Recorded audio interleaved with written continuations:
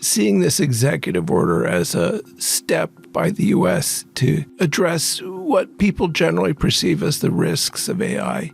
The executive order is balanced and it talks about the opportunities too, but this is a major step for the U.S. It's our entry into the great AI governance sweepstakes. Hi, I'm Jim Lewis. I'm a researcher at CSIS, the Center for Strategic and International Studies, and I'm here to talk about our recent commentary written with Emily Benson and Michael Frank on the new White House executive order on artificial intelligence. The commentary reflects that this AI executive order is a big deal. AI is getting a lot of attention these days. There's a little bit of hype. The executive order is pretty level-headed, though. It doesn't go deep into the hype.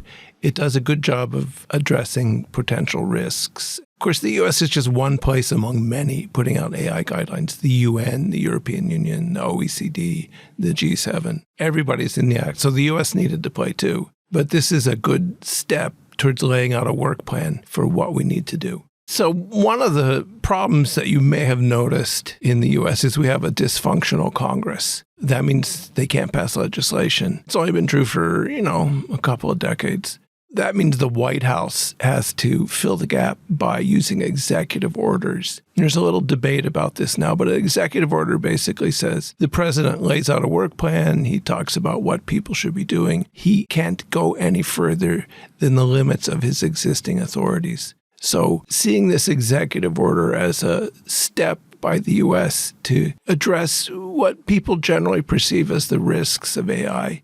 The executive order is balanced and it talks about the opportunities too, but this is a major step for the U.S. It's our entry into the great AI governance sweepstakes. The larger policy discussion is people are uncomfortable with technology. People are worried about technology, and the precedent is, of course, the internet, where we perhaps didn't pay enough attention to risk. And now people are worried about social media and political influence and privacy and all sorts of stuff, the effects on employment. And lots of governments around the world, lots of societies around the world are saying, let's not make the same mistake with AI. AI will be as transformational as the internet. Let's make sure that there are guardrails around it so we avoid, the problems we've experienced in cyberspace. It's probably a fair assessment. It's a little risk averse, but we're a more risk averse society these days.